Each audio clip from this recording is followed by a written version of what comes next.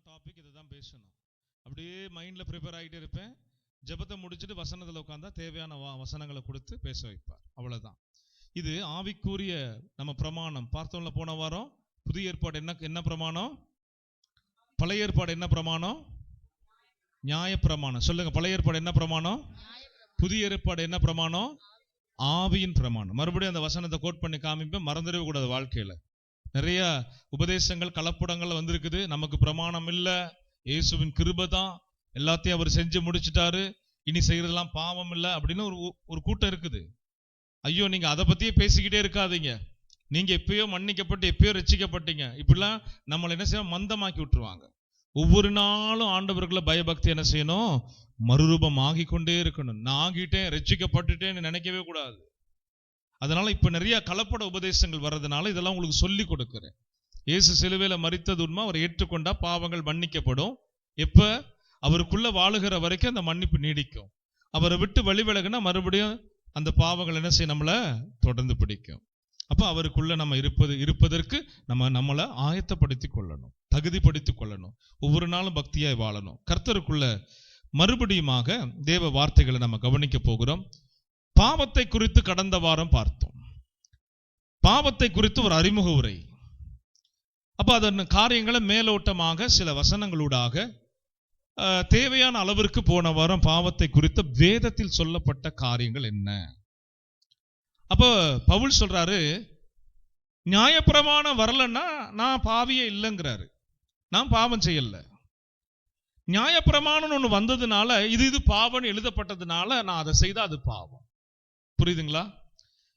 நியாயப்பிரமாணம் இல்லாத காலத்துல கொலை செய்திருக்கிறாங்க, கொள்ளை அடிச்சிருக்கிறாங்க, கர்த்தர் அருவருக்கிற எல்லா பாவங்களும் செய்தாங்க. அவர் கண்டும் காணாதவர் போல விட்டுட்டாரு. சரி போ, உனக்கு எதுவும் பிரமாணங்கள் நான் கொடுத்து சட்ட திட்டங்களை கொடுக்கல, சரி நீ செய்யறது. அவர் என்ன செய்தார்? காணாதது போல் இருந்தார். பைபிள் சொல்லுது, காணாதது போல் இருந்தார். ஆனா நியாயப்பிரமாணம் என்று கொடுக்கப்பட்டு ஒரு கூட்டத்தை அவர் என்ன செய்தார்? உருவாக்கினார், தனக்காக உருவாக்கினார். நம்மளை கிடையாது, இந்தியர்களை கிடையாது, ஆப்பிரிக்கர்களை கிடையாது, தூய இஸ்ரவேலர்கள், ஆபிரகாமுடைய சந்ததி, 12 கோத்திரம், அவங்கள தான் ஆயத்தப்படுத்தினார். இந்த நியாயப்பிரமாணம் முழுவதும் பார்த்தீங்கன்னா அவங்களுக்காக மாத்திரம் தான் கொடுக்கப்பட்டது. இந்த நியாயப்பிரமாணத்தை கை கொள்ளுங்கன்னு சொன்னா அவங்களால என்ன செய்ய முடியல? கை கொள்ள முடியல. இதுதான் உண்மை. நியாயப்பிரமாணத்தை கை கொள்வதற்கு, நியாயப்பிரமாணத்தின்படி செய்து முடிப்பதற்கு எந்த மனிதனாலும் கூடாமல் போச்சு. ராஜாக்கள் பாவம் செய்தாங்க, ஆசாரியர்கள் பாவம் செய்றாங்க, லேவியர்கள் பாவம் செய்றாங்க, இஸ்ரவேல் சபை மக்கள் விசுவாசிகள் பாவம் செய்தாங்க, அதை மீறி பாவம் செய்தாங்க. அப்போ இந்த நியாயப்பிரமாணத்தின்படி என்ன நமக்கு பெரிய இக்கட்டுன்னா, ரொம்ப கடுமையான நியாயப்பிரமாணம், ரொம்ப கடுமையான நியாயப்பிரமாணம். அதுல இங்கிட்டு அங்கிட்டு நம்ம வழி தவறிட்டோம்னா, உதாரணத்தை சொல்றேனே, ஒரு செத்த பிணத்தை போய் தொட்டுட்டு அல்லது அதோடைய ஆடைகள் ஏதாவது நம்ம மேல பட்டுட்டா கூட தீட்டு, அதுக்கு போய் முங்கி குளிக்கணும். இதெல்லாம் நம்ம நினைச்சுக்கிட்டு இருக்க இந்துக்கள் செய்யறாங்கன்னு சடங்காச்சாரம் இல்ல, பழைய ஏற்பாட்டில் இருக்கிறது. ஒரு வீட்டுக்குள்ள போகும்போது கால்களை கழுவிட்டு முகத்தை கழுவிட்டு தான் அந்த வீட்டுக்குள்ள போகணும். தண்ணி வெளியே வச்சிருப்பாங்க. இதெல்லாம் சடங்காச்சாரம். சரிங்களா?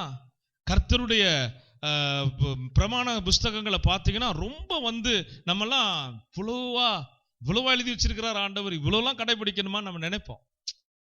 அப்ப ஒரு தீட்டான குறிப்பா பாருங்க, பெண்கள் தீட்டுப்படுகிற காலத்துல அவங்க கூடாரத்துக்கு புறம்பா இருக்கணும், தேவாலயத்திற்குள் உட்பட முடியாது. இப்படிப்பட்ட காரியங்கள்லாம் வேதத்துல இருந்தது. இதையெல்லாம் என்ன செய்தார்னா பார்த்தாரு ஆண்டவர். இன்னும் டீப்பா நிறைய இருக்குது. பலிபீடத்துல யார் ஏறக்கூடாது, ஆலயத்துக்குள்ள யார் நுழையக்கூடாது, அந்நியர்களுக்கெல்லாம் முதல்ல கடவுளை முறையா ஏற்றுக்கொள்ளாத வரைக்கும் உள்ள வரவே கூடாது அவங்கெல்லாம். அப்படியெல்லாம் பல காரியங்கள் ஆண்டு ரொம்ப கண்டிப்பா வச்சிருந்தாரு. ஆனா வச்சு என்ன செய்யலன்னா இவங்களால அதை கை கொள்ள முடியல. 10 கற்பனைகளை கை கொள்ள முடியல, நியாயப்பிரமாணத்தை கை கொள்ள முடியல, பாவம் செய்துகிட்டே இருக்கிறாங்க. இப்ப பாவம் செய்கிற ஆத்துமா என்ன செய்யணும் சொன்ன போன வாரம்? சாகும். சொல்லுங்க, பாவம் செய்கிற ஆத்துமா. அது புதிய ஏற்பாட்டிலையும் சரி பழைய ஏற்பாட்டிலையும் சரி புரிந்து கொள்ளணும். புதிய ஏற்பாட்டுல ஆவிக்குரிய பிரமாணம், பழைய ஏற்பாட்டுல நியாயப்பிரமாணம். பழைய ஏற்பாடா இருந்தாலும் சரி புதிய ஏற்பாடா இருந்தாலும் சரி ஆண்டவர் சொல்றாரு, பாவம் செய்கிற ஆத்துமா சாகும். இயேசு வருகிற முக்கிய நோக்கமே அதுக்குதான், வந்தது நோக்கமே அதுதான். அந்த ஆத்மா சாகக்கூடாது பாதாளத்துல, அது போய் அங்க அகப்படக்கூடாது. அங்க வேதனை, அநேக வேதனை இருக்குது. அங்க நரகத்தை கண்ட பலர் பலவிதமா அதை குறித்து பேசி அவங்க புஸ்தகங்களை வெளியிட்டு இருக்காங்க. நம்ம தேசத்திலே மரித்த பரிசுத்தவான்கள் சிலர்லாம் மரித்தது போல இருந்து கடைசியில் ஆண்டவர் உயிர்ப்பிக்கும் போது நரகத்தை பார்த்தேன், பரலோகத்தின் காரியங்களை பார்த்தேன்னு சொல்லுவதை நான் புஸ்தகங்களையும் ஆடியோ மூலமா கேட்டிருக்கிறேன். நான் உங்களுக்கு ஒரே ஒரு உண்மையை சொல்றேன். இயேசுடைய வருகை எல்லாவற்றையும் நிறைவேற்றி ஒரு புதிய பிரமாணத்தை கொடுப்பதற்காக இயேசு வந்தார். எதை கொடுக்க வந்தார்? ஒரு புதிய பிரமாணத்தை. அந்த பிரமாணம் ஆவியின் பிரமாணமாக இருக்கிறது. அப்ப அதை குறித்து தான் ரோமர் 8ஆம் அதிகாரம் 2ஆம் வசனம் எடுத்து வாசிங்க. ரோமர் 8ஆம் அதிகாரம் 2ஆம் வசனத்தை நாம் வாசிக்க கேட்கலாம்.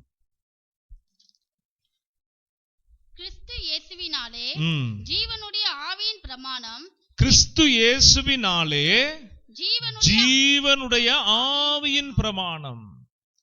சொல்லுங்க, கிறிஸ்து இயேசுவினாலே ஜீவனுடைய ஆவியின் பிரமாணம்.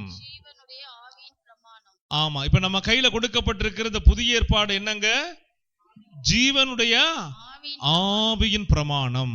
பழைய பிரமாணம், நியாய பிரமாணத்தை நீங்க கை கொள்ள வேண்டிய அவசியம் இல்லை. ஆனால் ஆவியானவருடைய ஒத்தாசையோடு பரிசுத்தவான்கள் எழுதின இந்த புதிய ஏற்பாடு புஸ்தகம் நமக்கு ஆவியின் பிரமாணம். ஆவியின் பிரமாணத்துல என்ன செய்யணும்? சடக்காச்சாரங்கள் எல்லாம் தூக்கி வெளியே போட்டுறணும். இல்லையே சொல்லுங்க. பூனை குறுக்க போகிறது, தீட்டு கீட்டுன்னு சொல்றது, ஏற்ற தாழ்வு, இதெல்லாம் சடங்காச்சாரம். எல்லாத்தையும் தூக்கி என்ன செஞ்சிடணும்? வெளியே போட்டுறணும். ஆவியின் பிரமாணத்துல எது அவசியம்? ஆவியின் பிரமாணத்துல எதை நம்ம பார்க்கணும்? ஆவியின் பிரமாணத்தின்படி எப்படி வாழணும்? இதை தான் நீங்க கற்றுக்கொள்ளணும். இந்த பிரமாணத்தை ஏன் கொடுத்தார்னா கை கொள்ளுங்க. இயேசு இந்த பிரமாணத்தை கொடுத்ததன் நோக்கம் கை கொள்ளுங்க. பரிசுத்த ஆவியானவரால் என்ன செய்யப்படுகிறதுனா இந்த பிரமாணம் நினைவூட்டப்படுகிறது. அதுக்கு தான் அவர் ஊற்றப்பட்டார். இயேசு சொல்றார்ல, நான் போனால் நலமா இருக்கும், எனக்கு பதிலாக வேறொரு தேற்றரவாளன் வருவார், வந்து நீதியை குறித்தும் நியாய தீர்ப்பை குறித்தும் கண்டித்து உணர்த்துவார். அது மாத்திரமல்ல, ஆவியின் பிரமாணத்துல ஆவியானவர் தான் உதவி செய்ய முடியும். புதிய ஏற்பாட்டுல உங்களுக்கு ஆவியானவர் தான் உதவி செய்ய முடியும். கண்டித்து உணர்த்ததோடு மாத்திரமல்ல, அவர் இன்னொரு வார்த்தை சொல்றாரு, நான் உங்களுக்கு போதித்த யாவையும் அவர் உங்களுக்கு நினைப்பூட்டுவார். சொல்லுங்க, இயேசு தாம் போதித்த யாவையும் நமக்கு பரிசுத்த ஆவியானவர் என்ன செய்வாரா? இது வழி, சரியான வழி தம்பி, இதுல போகாத, மகளே மகனே, இந்த வழி கேடான பாதை, இதுல போகாத, இதுல போறவங்க திரும்புவதில்லை, நீ ஜீவ பாதையில போ, ஜீவ மார்க்கத்தை பற்றி கொள்ளு, நீ நடக்க வேண்டிய பாதை இது அப்படின்னு என்ன செய்யறாரு? ஒரு கூட்டத்தை வேர்பிரிக்கிறார். மறுபடியும் போய் உங்களை பாவத்துல வாழுன்னு விட்டுடல இயேசு. நியாயப்பிரமாணத்தை கொடுக்கும் போது ஒரு கூட்டத்தை வேர்பிரிச்சாரு. எகிப்து தேசத்திலிருந்து வேர்பிரித்து கொண்டு வந்தாரு. தன்னுடைய கோழி தன் குஞ்சுகளை செட்டைகள்ல மறைத்து அழகா நடத்துகிறது போல இஸ்ரவேல் ஜனங்களை 40 ஆண்டு கால வனாந்தரத்துல பயிற்சி வித்து கொண்டு வந்து பாலும் தேனும் ஓடுகிற தேசத்துல வைத்த போது பிரமாணத்தை கொடுத்து கை கொள்ளு என்றார். ஆமென் சொல்லுங்க. இப்ப இஸ்ரவேலர்களுக்கு மாத்திரம் யெகோவா தேவன் தேவன் அல்ல, இஸ்ரவேலர்களுக்காக மாத்திரம் இயேசு அல்ல, உலகம் முழுவதிலும் உள்ள சகல ஜாதிகளையும் ரட்சிக்க ஆண்டவராகிய இயேசு உலகத்திற்கு மனித அவதாரம் எடுத்து வந்தார். ஆமென் சொல்லுவோம். அவரை அண்டிக் கொள்ளுகிற யாவரும், சொல்லுவோம் சத்தமா, அவரை அண்டிக் கொள்ளுகிற யாவரும் குமாரன் கோபம் கொள்ளாமலும் வழியிலே நீங்கள் அழியாமல் இருக்கும்படி அவரை முத்தம் செய்யுங்கள். கொஞ்ச காலத்துல அவருடைய கோபம் பற்றி எரியும். அவரை அண்டிக் கொள்ளுகிற யாவரும், எல்லாரும் சொல்லுங்க, அவரை அண்டிக் கொள்ளுகிற யாவரும். பழைய ஏற்பாட்டிலையும் இயேசு வர்றார்.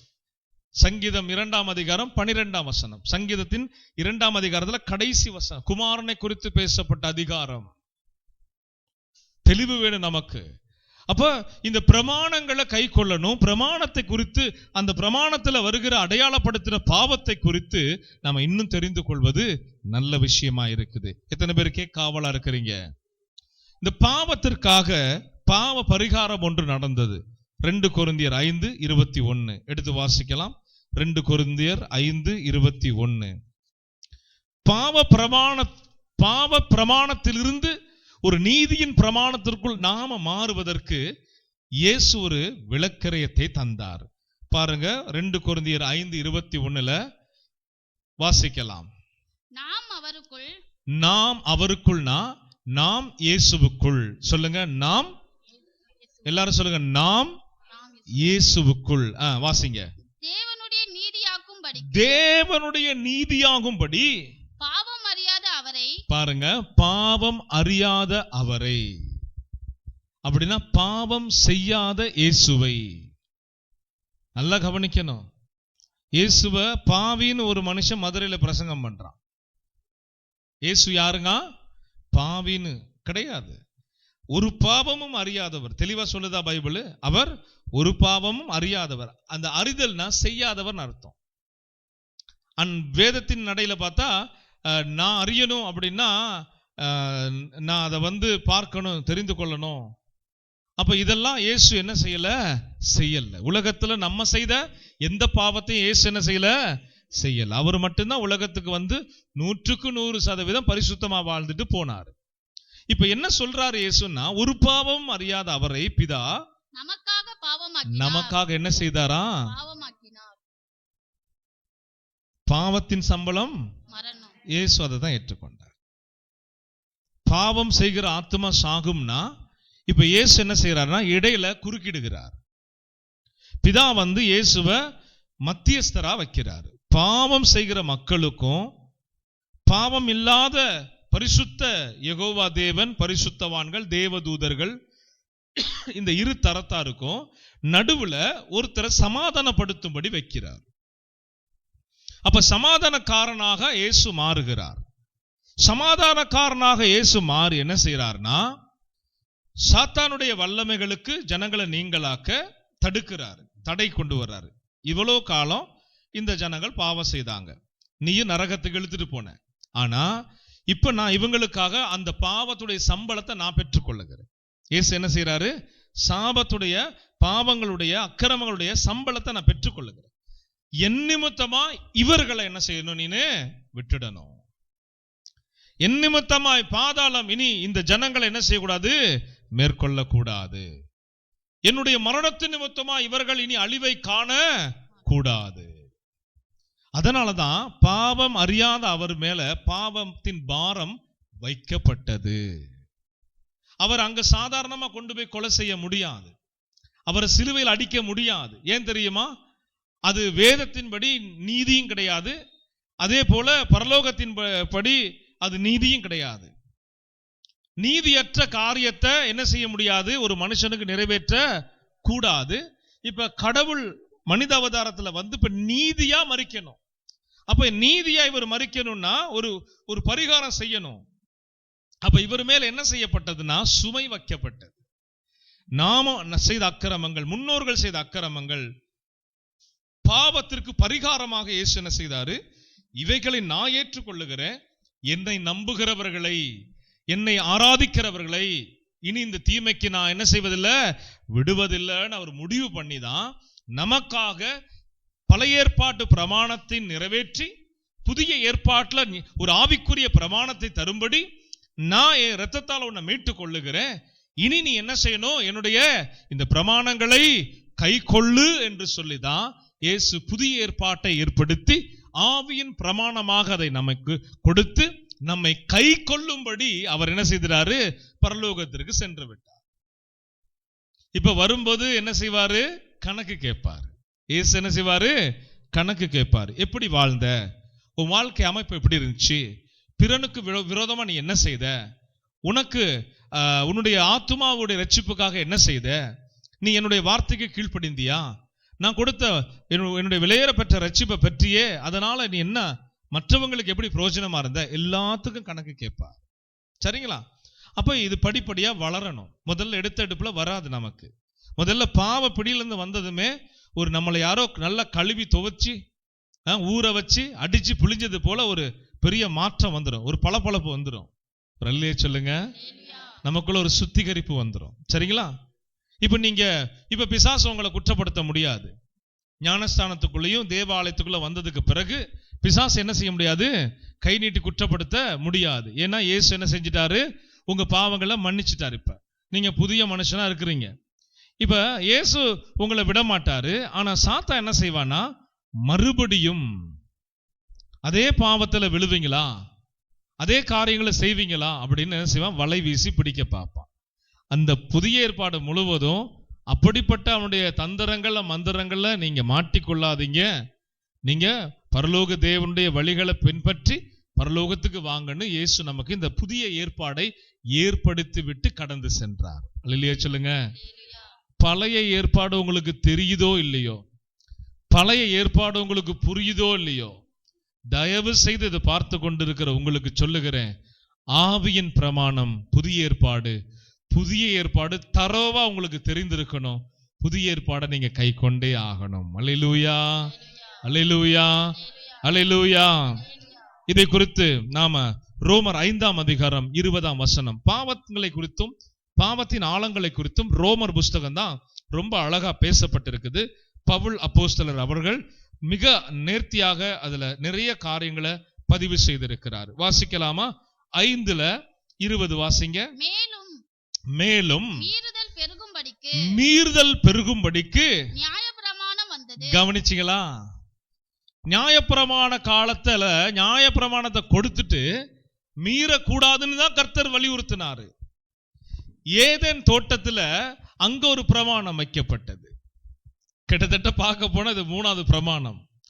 அங்க வைக்கப்பட்ட ஒரே ஒரு பிரமாணம், தோட்டத்தில் உள்ள எல்லா கனிகளையும் புசிக்கலாம், நன்மை தீமை தெரியத்தக்கதா இருக்கிற இச்சிக்கத்தக்கதா இருக்கிற இந்த கனியை என்ன செய்யக்கூடாது. அவங்க முதல் பிரமாணம் அங்கதான் ஆரம்பிச்சது. மனித குலமே என்னாச்சு? சாபத்துக்குள்ள வந்துட்டோம். ஆதாமும் ஏவாளும் என்ன செய்தாங்க? அதை கை கொள்ளல. இப்ப இங்க அதே ஹேங்கிள் வேற விதமா ஒரு பெருங்கூட்டத்திற்கு அதே பிரமாணத்தை கொடுக்கிறாரு. பிரமாணம்னா என்ன நினைக்கிறீங்க? அவருடைய சொல், அவருடைய வார்த்தை, ஐ மீன் கட்டளை. இதை தாண்டி போகாதன்னா போகக்கூடாது, இதை தாண்டி செய்யாதன்னா செய்யக்கூடாது. அது நமக்கு நல்லதா தெரிஞ்சாலும் செய்யக்கூடாது. விளங்குதா? ஏவாள் என்ன செஞ்சாங்க? கனிய புசிக்கிறதுக்கு முதல்ல ஒரு பாவம் செஞ்சாங்க. என்ன செஞ்சாங்க? பார்வையினால் அதை இச்சித்தாங்க. ஒரே நாள்ல பரிசு புடி அதை பிசாசு கொண்டு கொடுத்து சாப்பிடுன்னு சொல்ல கிடையாது. அப்படி தோட்டத்தில் உலாவும் போதெல்லாம் பிசாசு அதை கண்ணில் காமிச்சிட்டே இருக்கிற அந்த கனியை பாரு, எவ்வளவு அழகா இருக்குது, எவ்வளவு மென்மையா இருக்குது. இது விரிச்சன தோட்டத்தில் இது போல ஒரு கனியே இல்லையே அப்படின்னு சொல்லி ஏமாத்திக்கிட்டு இருக்கிறான். சரிங்களா? இது அநேக ஆண்டுகளா இருந்திருக்கலாம், அநேக மாதங்களா இருந்திருக்கலாம், ரொம்ப காலமா இருந்திருக்கலாம். இது நடக்கிற அந்த நாள், அவள் புசித்த அந்த நாள்ல தான் என்ன செய்தது? பூமி சாபமாய் மாறினது. ஒரு பிரமாணத்தை அவர்கள் என்ன செய்தாங்க? அதை ஏற்றுக்கொள்ளாமல், அதை கை கொள்ளாமல், அதை விதி மீறி செயல்பட்டதுனால பாவம் வந்தது. ஆபிரகாம் சந்ததிக்கு கொடுக்கப்பட்ட நியாயப்பிரமாணம் விதிமீறல்களால நிரம்பினுச்சு.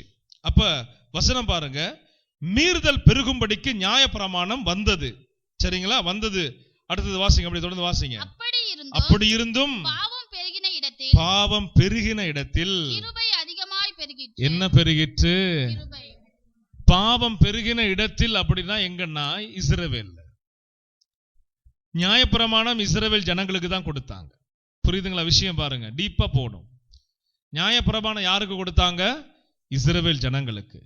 இஸ்ரவேல் ஜனங்கள், இஸ்ரவேல் பட்டணங்கள், இஸ்ரவேலர்கள் வாழுகிற மொத்த இஸ்ரவேல் தேசமும் பாவம் பெருகிருச்சாங்க.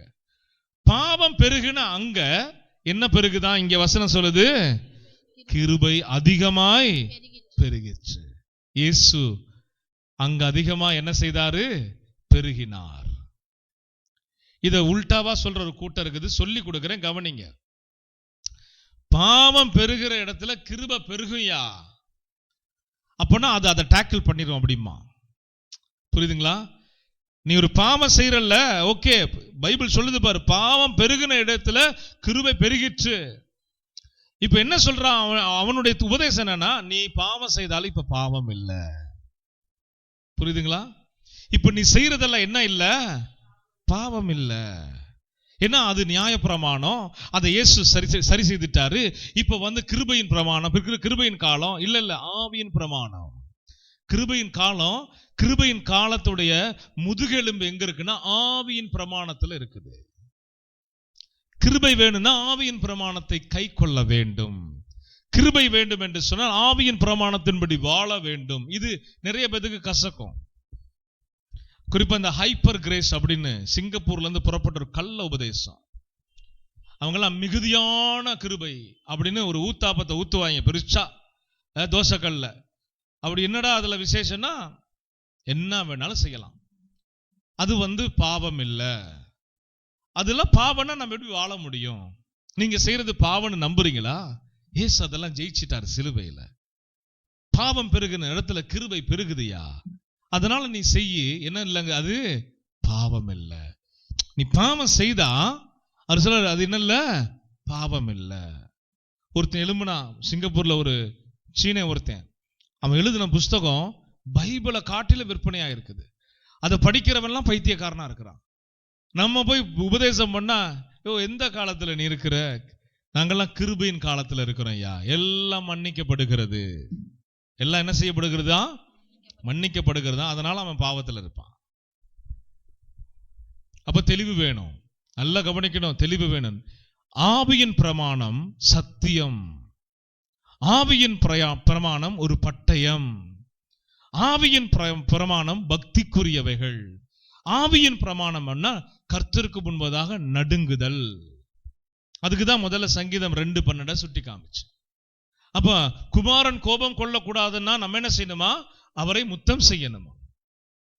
அசால்ட்டா வாழ முடியாது. இயேசுவை ஏற்றுக்கொண்டு வீட்டில் உட்கார்ந்து இருக்க முடியாது. ஞாயிற்றுக்கிழமைகள்ல ஜெப வாழ்க்கை இல்லாம இயேசுவோடு நெருங்க முடியாது.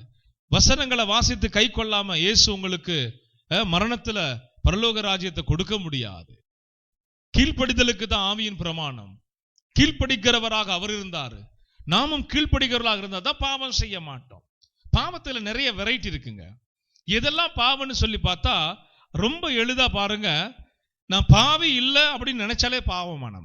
நம்ம யாருங்க பாவிங்களாம்? என்கிட்ட பாவம் இல்லைன்னு நினைச்சாலே நம்ம என்ன பாவத்துல இருக்கிறோம் அப்படின்னா அறியாமையில இருக்கிறோமா? ஏன்னா உலகத்துல வந்த எந்த மனுஷனும் பிரகாசிப்பிக்கிற மெய்யான ஒளியாகிய ஆண்டவரும் இரட்சகருமாகிய இயேசுவை தவிர ஒரு மனிதனும் பரிசுத்தவான்கள் அல்ல. முதல்ல மனசுல வச்சுக்கிட்டு நம்ம என்ன செய்யணும்னா, நாள்தோறும் நான் இயேசுவை போல மாறுகிறேன். நல்லிலேயே சொல்லுங்க. நாள்தோறும் இயேசுவை நான் பின்பற்றுகிறேன். நல்லிலேயே சொல்லுங்க. அப்ப தேவனுடைய அன்பு பாவத்தை மன்னிக்கும், ஆனா மறுபடியும் நீ பாவத்துல வாழுன்னு சொல்லாது. இந்த விஷயத்தை ரகசியத்தையும் புரிந்து கொள்ளுங்க. முதல்ல ஆவியின் பிரமாணமாய் கொடுக்கப்பட்டிருக்க புதிய ஏற்பாட்டின் பிரமாணம் உங்களுக்கு நன்மை தீமைகளை சொல்லி கொடுத்து, இது நல்லது இது தவறுன்னு சொல்லி கொடுத்து வேர் பிரித்து காண்பிக்கும். அப்ப அதை நம்ம புரிந்து கொள்வதற்கு என்ன செய்யணும்? முதல்ல ஆண்டவர்கிட்ட கிருபை ஞானத்தை கேட்கணும். இதை கை கொள்வதற்கு தேவ பலத்தை கேட்கணும். பாவம் என்ன மேற்கொள்ள கூடாது அப்படின்னு சொல்லி என்ன செய்யணும்? கர்த்தருக்குள்ள அஞ்சி அஞ்சி பயந்து பயந்து நடக்கணும். சரிங்களா? கண் கட்டின குதிரைக்கும் கண் கட்டாத குதிரைக்கும் வித்தியாசம் இருக்குது. கண் கட்டாத குதிரை என்ன செய்யணும்? கண்டபடி ஓடும். கண் கட்டப்பட்ட குதிரை அப்படி இல்லை, தனக்கு தெரிகிற பாதையில தான் ஓடும். சபையும் சபை மக்களும் கண் கட்டப்பட்ட குதிரைகளை போல ஓடணும். ஆமென் சொல்லுங்க. நம்முடைய ஓட்டத்துல கண்கள் கட்டப்பட்டு எனக்கு ஒரு வெளிச்சம், எனக்கு ஒரு பாதை இருக்கு, அதுல தான் நான் ஓடுவேன், என் எஜமான் சொல்லி இருக்கிறாரு அப்படின்னு தான் அந்த குதிரை என்ன செய்யணும்? சரியா அந்த பாதையில ஓடும். அதுக்கு மற்ற இடமே தெரியாது, அதுக்கு போக வேண்டிய பாதை மட்டும்தான் கரெக்டா தெரியும். அந்த அளவுக்கு தான் மற்றதெல்லாம் இருளா இருக்கும். கண்ணை கட்டிட்டாங்க இல்லையா, இருளா இருக்கும். அது அதே குதிரைக்கு கண் கட்டை எடுத்து விட்டு பாருங்க, கண்ணாம்பின்னான்னு ஓடும். வேதத்தை விட்டு நம்ம எங்கெங்கேயோ ஓடிடுவோம். நம்ம செய்யறதெல்லாம் சரின்னு நினைச்சுக்குவோம். அதல்ல கிறிஸ்தவ வேதம், அதல்ல உண்மை. தேவன் வெளிப்படுத்தி இருக்கிறவைகளை முதல்ல படித்து ஆராய்ந்து, இவைகளை சொல்லி இருக்கிறாரா, இப்படிதான் வாழணும்னு வலியுறுத்துறாரா, கட்டளையா சொல்றாரோ, கடிந்து கொள்ளுகிறாரோ, அப்ப அது எனக்கு சொந்தம். இயேசு எதெல்லாம் வேணும்னு சொன்னாரோ அது எனக்கு வேணும்னு சொல்லணும். ஆமென் சொல்லுங்க. இயேசு எதெல்லாம் வேணான்னு சொன்னாரோ அது எனக்கு வேணும். அப்போஸ்தலர்களும் எதை நமக்கு வேண்டும் என்று சொன்னார்களோ அது நமக்கு வேண்டும். அப்போஸ்தலர்கள் எதை வேண்டாம் என்று சொன்னார்களோ அது நமக்கு என்னது வேண்டாம். அப்ப இதுல நம்ம இன்னைக்கு கவனிக்க வேண்டிய சில காரியங்கள். யோவான் 9:41 இயேசு அவர்களை நோக்கி, இயேசு ஜனங்களை நோக்கி, நீங்கள் குருடராயிருந்தால் உங்களுக்கு பாவம் இராதே, நீங்கள் காண்கிறோம் என்று சொல்லுகிறபடியினால் உங்கள் பாவம் என்ன செய்கிறதா? நிலை நிற்கிறது. தெரியாதவன் பாவம் செய்தானா? தெரியாம செய்யறான். பரிசேயர் சதுசேயர் நாங்க எங்களுக்கு வேதம் நல்லா தெரியும் அப்படின்னு சொல்லி பாவம் செய்யறாங்க. இப்ப இயேசு சொல்றாரு, உங்களுக்குள் என்ன நிற்கிறது? கடைசியா வாசிச்சது வாசிமா. உங்கள் பாவம் என்ன செய்கிறது? நிலை நிற்கிறது. இதுதான் பரிசேயர்கள் சதுசேயர்கள் செய்து தாங்கள் பாவத்திற்கு விட்டு போட்டார்கள். அதிலே அவர்கள் செய்த பெரிய பாவம் என்னன்னா, இயேசுவை கொலை செய்யும்படி திட்டம் தீட்டினார்கள். என்ன செஞ்சாங்க? இயேசுவை கொலை செய்யும்படி திட்டம் தீட்டினாங்க. இது பெரிய பாவம், மகா பெரிய பாவம். ஏன்னா பாவத்தை நீக்கவும் மன்னிக்கவும் வந்தவரையே கொலை செய்ய துணிந்தாங்கன்னா இவங்க எப்படிப்பட்ட ஆளுங்கன்னு பாருங்க. அப்ப இவங்களுக்குள்ள என்ன இல்ல? 10 கட்டளை இல்ல. அதானே உண்மை. இந்த சதுசேயர் பரிசேயருங்க ஆலயத்தில் உள்ளவங்க எல்லாம் தலைவர்களா என்ன செஞ்சாங்கன்னா, இயேசுடைய வளர்ச்சியை பார்த்தாங்க. இயேசுவுக்கு பின்பாதாக ஜனங்கள் போகிறத பார்த்தாங்க. விட்டா இஸ்ரவேல் மொத்த ஜனமும் இயேசுவுக்கு பின்னால போயிருவாங்கன்னு இவங்க என்ன செய்தாங்க? இயேசு மேல பழிகளை சுமத்தினாங்க, குற்றச்சாட்டுகளை வச்சாங்க. எல்லாமே பொய், பித்தலாட்டம். ஏன்னா இயேசுவை குறித்து நம்ம பார்த்துட்டோம், அவர் ஒரு பாவமும் அறியவில்லை. இப்ப இயேசு கொலைபாதகர்ன்றாங்க, அவர் விபச்சாரக்காரனுக்கு நண்பர் அப்படின்றாங்க. இயேசுவை பார்த்து கள்ள உபதேசி அப்படின்னு சொல்றாங்க. இவன் தேவகுமாரன் என்று தேவ தூஷணம் சொல்லுகிறான் என்று இயேசுவை குற்றப்படுத்த. இயேசு உண்மையதான் சொன்னார், அவர் தேவகுமாரன். எத்தனை பேர் ஆமீன் சொல்றீங்க? சொல்லுங்க. இயேசு எனக்காக வந்த இயேசு தேவனுடைய ஒரே பேரான குமாரன். அதுதான் வேதம் சொல்லுது யோவான் 3 அவரை ஏற்றுக்கொண்டு ஒரே பேரான குமாரன் என்று ஏற்றுக்கொள்ளுகிறவன் ரட்சிக்கப்படுவான். இல்லையே சொல்லுங்க. இயேசு கிறிஸ்துவை தேவனுடைய பிதாவாகிய தேவனுடைய ஒரே பேரான குமாரன் என்று விசுவாசித்து அவர் ஏற்றுக்கொள்ளுகிறவர் எத்தனை பேர்களோ அத்தனை பேர் ரட்சிக்கப்படுவார்கள். ஆமீன் சொல்லுங்க. அப்ப பாவத்தின் அடிமைத்தனத்தில் இருந்து ஒரு மனுஷன் மீண்டு வந்துடணும், இல்லைன்னா அவன் போய் அதிலே நிலை நிற்பான். அப்ப மீட்டெடுக்க ஒருவர் வேணும், அதுக்காக இயேசு வந்தாரு. இப்ப பாவத்தையும் சாபத்தையும் குறித்து பிரசங்கம் பண்ணுகிறாரு, அதை செய்யாதன்னு சொல்லுகிறாரு. அவரை ஏற்றுக்கொண்டு வாழ விரும்பினா ஒரு பாவ மன்னிப்பை கொடுத்து புதிய வாழ்க்கை தந்து ஆசீர்வதிக்கிறார். பழசெல்லாம் முடிஞ்சிடும். சாத்தானால நமக்கு சொல்லப்பட்டதும் சாத்தானால நம்ம செய்ததும் அறியாமல் செய்த சில குறைகள் கரைகள் எல்லாமே கழுவப்பட்டு விடும். புதிய ஒரு துவக்கம் நமக்கு கிடைச்சிடும். அப்ப நான் சொல்றேனே, முன்னோர்கள் பாவம் நம்மளை சுமந்துகிட்டு இருக்குன்னு நம்ம மேல இருக்கிறது வச்சுங்களேன், எவனாவது ஒருத்தர் எழுப்பி மந்திரம் செஞ்சானா பழிச்சிடும். அல்லது நீங்க செய்த பாவம் உங்களை விரட்டிக்கிட்டே இருக்குன்னு வச்சுக்கோங்களேன், எவனாவது பில்லி சூரியன் செஞ்சா உங்களுக்கு பழிச்சிடும். நல்லா கவனிக்கணும் இதெல்லாம். இப்ப இது பழிக்க கூடாது, இது செயல்படக்கூடாது. இப்ப உங்களுக்குள்ள என்ன இருக்கக்கூடாது? அக்கிரமம் இருக்கக்கூடாது, பாவ கட்டு இருக்கக்கூடாது. நீங்க பாவம் செய்யாதவங்களா இருக்கணும், அல்லது யாராவது செய்த பாவத்தை சுமக்கிறவங்களாவும் நீங்க இருக்கக்கூடாது. அப்ப இயேசு இரத்தத்தால பாவ அறிக்கை செய்து பாவ மன்னிப்பை பெற்றுக்கொண்டா உங்களுக்கு விரோதமா சாத்தான் கொண்டு வந்து வைக்கிற எந்த குற்றச்சாட்டுக்கும் நீங்க பலிகேடாக முடியாது. ஆண்டவர் உங்களை விடுவது இல்லை. அல்லேலூயா. அடுத்த கட்டமாக என்ன செய்யறார்னா, அப்படி வருகிறவனையே எதிர்த்து நிற்க தேவகுமாரனுடைய ஒரு சாயலை நமக்கு தருகிறார். இன்னைக்கு நான் இயேசுவின் நாமத்தினால பிசாசை பார்த்து பேசுறேன், அப்பாலே போ உனக்கு இடம் இல்லை அப்படின்னு சொன்னா அந்த ஆவி கட்டப்படுது. அந்த ஆவி என்ன செய்யப்படுது? இயேசுடைய நாமத்தை நான் மனுஷனா, சாதாரண ஒரு மனுஷன், என்னை விட பலம் கொண்டது ஆவிகள், பேய்கள், சரிங்களா? அவைகளை விட பலம் கொண்டவர் ஆண்டவர். ஆமென் சொல்லுங்க. அவைகளை கூட அதிக வல்லமையும் சத்துவமும் நிறைந்தவர் நம் ஆண்டவர் ஆகிய இயேசு. அவருடைய பேரு போது நமக்கு. அல்லேலூயா சொல்லுங்க. அவர் வரணும் அவசியம், அவருடைய பேரு போது. ஆமென் சொல்லுங்க. பேரை கண்டாலே நடுங்குவான் பிசாசு. அல்லேலூயா, அல்லேலூயா. பழைய நம்ம பொன்மலைப்பட்டி பகுதியில் பழைய மலையடிவாரத்துல ஒரு வீட்டுக்கு மேல ஷெட்டு போட்டு நம்ம ஆராதனை நடத்தி அங்க வர்ற ஜனங்களுக்கு சுவிசேஷம் சொல்லிக்கிட்டு, அப்ப எனக்கு சபை கிடையாது, நான் சுவிசேஷ ஊழியம் செய்யறேன். ஒரு பிரேயர் சென்டர் ஆரம்பிச்சோம். அங்க வர்ற ஜனங்களுக்கு விடுதலைக்காக கர்த்தர் அதை செய்ய சொன்னார். அப்ப அந்த 3வது வார உபவாசம் கூட ரொம்ப ஃபேமஸ் நம்ம ஏரியால. 100, 120 பேர், 110 பேர், 80 பேர், 90 பேர் இப்படின்னு ஒவ்வொரு மாசமும் வருவான். அவ்வளவு பேருக்கும் ஜூலி தான் சமைக்கும். நல்லா சமைச்சு வர்றவங்களை விடாம 120 பேர் 10 கிலோ வரைக்கும் கடைசியா சமைச்சிருக்கோம். நாங்க 10 கிலோக்கு சமைச்சா 120 பேர் தாராளமா சாப்பிடலாம். 10 கிலோ அரிசி போட்டு சாம்பார், ரசம், கூட்டு பொரியல் ஏதாவது செஞ்சா 120 பேர் சாப்பிடலாம். அந்த அளவுக்கு ஜனங்கள் நெருக்கிட்டு உட்கார்ந்து இருப்பாங்க. இப்படிப்பட்ட ஒரு காலத்துல ஒரு அம்மா வந்து என்ன பண்ணுச்சு, சேர்ச்சுக்கு கொண்டு வந்தாங்க. பிசாசு பிடிச்ச ஒரு அம்மா. அந்த அம்மா மேல படிக்கட்டுல காலை வச்சது தான் அதுக்குள்ள இருக்கிற ஆவி வெளிப்பட்டுச்சு. வந்து அப்படியே என்ன பண்ணுச்சு, ஒவ்வொரு படியா தங்கு தங்கு. நான் எல்லாம் ப்ரேயர் பண்ணி போயிட்டாங்க.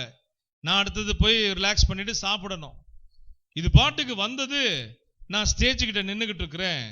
வந்தது எல்லாம் அங்க போட்டிருக்க சேர்லாம் ஒன்னொன்னே அப்படியே அடிச்சு நகர்த்தி எல்லாத்தையும் உருட்டி பரட்டிக்கிட்டு வருது. வந்துட்டு எங்க நின்றுகிட்டு, நான் போக மாட்டேன். நான் பார்த்தேன், நான் உன்னை எப்ப போக சொன்னேன்? நான் போக மாட்டேன். எங்க மேல கூட்டிட்டு வரும்போதே நான் போக மாட்டேன். எனக்கு தெரியுது அதுக்கு இவன் போக சொல்லுவான் அப்படின்னு. அப்ப நான் பார்த்துட்டு என்ன பார்த்துட்டு திரும்ப சொல்லுது, நான் ரொம்ப காலமா தங்கிட்டேன், ரொம்ப காலமா இவளுக்குள்ள தங்கிட்டேன், அதனால நான் போக மாட்டேன்.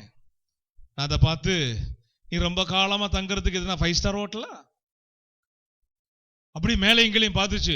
என்ன போக மட்டும் சொல்லாத. எனக்கு சரியான கோபம். நான் பசியில வேற இருக்கிறேன். வந்து தொல்லை பண்றியா பொல்லாத பிசாசே, இயேசுவின் நாமத்தினால அப்படின்னு சொல்லிட்டு கட்டப்படுவாயாகன்னு சொன்னதுமே முடிஞ்சு போச்சு. பொத்துன்னு ஒரு ரவுண்டு அப்படி ரவுண்ட் அடிச்சு கீழே விழுந்துச்சு. அதுக்கப்புறம் அந்த அம்மா எழுந்து தெளிவா பேசிட்டு போறாங்க வீட்டுக்கு. நான் ஒரு காரியம் செய்துட்டேங்கய்யா, ஒரு தெய்வம்னு ஒன்று நம்பி அதுக்கு பணிபடியெல்லாம் செஞ்சு அதை குளிப்பாட்டி பூசாரி வேலைலாம் பார்த்தேன்யா, அதான் அவன் தலையில உட்காந்துருச்சுமா அப்படின்னு. இனிமே என்ன செய்யக்கூடாது, அதை செய்யக்கூடாது. அல்லேலூயா சொல்லுங்க. அவைகள் எல்லாம் பொல்லாத ஆவிகள். அவைகளை நமஸ்கரிக்கிறவர்களையும் அவைகளுக்கு பணிவிடை செய்கிறவங்க தலையில் அது உட்கார்ந்துக்கும். உலகத்தில் அவன் எங்கேயுமே வாழ முடியாது.